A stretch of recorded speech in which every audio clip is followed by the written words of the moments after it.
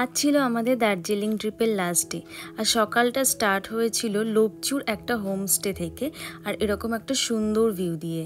ওয়েদারটা খুব ক্লিয়ার ছিল, তাই সকাল সকাল কাঞ্চনজঙ্ঘাটা দেখা যাচ্ছিল। আর এটা দেখার পরই মনে হলো, ইস, আর একটা দিন এখানে থেকে যেতে পারলে খুব ভালো হতো। কিন্তু কি আর করা যাবে, রিটার্ন টিকিট কাটা ছিল, তাই ব্যাগপত্র গুছিয়ে চলে এলাম এনজেপি। আর সেদিন আমি ফার্স্ট টাইম বন্দে ভারতে উঠেছিলাম। বন্দে ভারতে উঠে নিজেদের সিট দেখে ফার্স্টে বসে পড়লাম। আর বন্দে ভারতে ফুড অপশানটা টিক করে রাখলে টিকিট কাটার সময়, তাহলে খাবার দেয়। তো আমি ফুড রিভিউ এখানে দিচ্ছি না, জাস্ট তোমাদের সাথে শেয়ার করছি কি কি দিয়েছিল। তো টিফিনে ছিল খাস্তা কচুরি।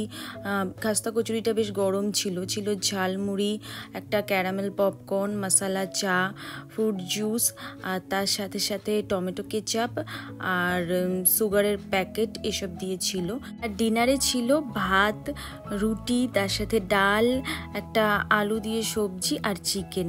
ট্রেনের খাবার অনুযায়ী ডিনারটা কিন্তু বেশ টেস্টি ছিল। আর হ্যাঁ, সাথে মিষ্টি দইও ছিল। বাই।